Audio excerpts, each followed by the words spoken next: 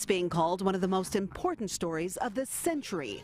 Snowden profiles the man some call a hero, others call a traitor. I just want to get this data to the world. Director Oliver Stone says the movie is 2 years in the making. This story, an important story to tell, but why did you choose Edward Snowden's story to tell? Frankly, it chose me, I think. I was just a citizen, and I responded very positively to him when it first came out because I think there was something going on. Stone closely communicated with Snowden while making the film. I met him, and you know, he was wary, I was wary, but I went back 2 more times, and we agreed to agree and go ahead. I feel like I'm made to do this, and if I don't do it, then I don't know anybody else that can.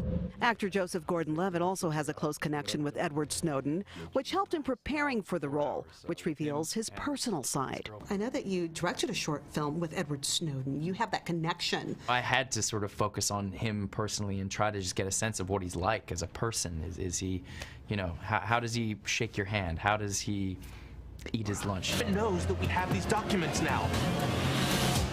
You're looking at a possible death sentence.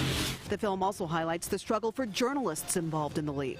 To be a part of this story and representing somebody who has a tremendous amount of integrity and works with a very strong ethical compass, I felt like it was an honor. I know from my experience of shooting the film that Snowden he stumbled upon something, and it terrified him. We're going to tight ship here, Snowden.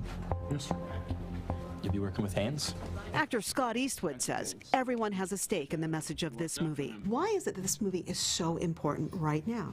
Well, it affects everybody. Everyone, most people have smartphones or computers. Clearly, this is something that will impact voters in some way, shape, or form before this presidential election.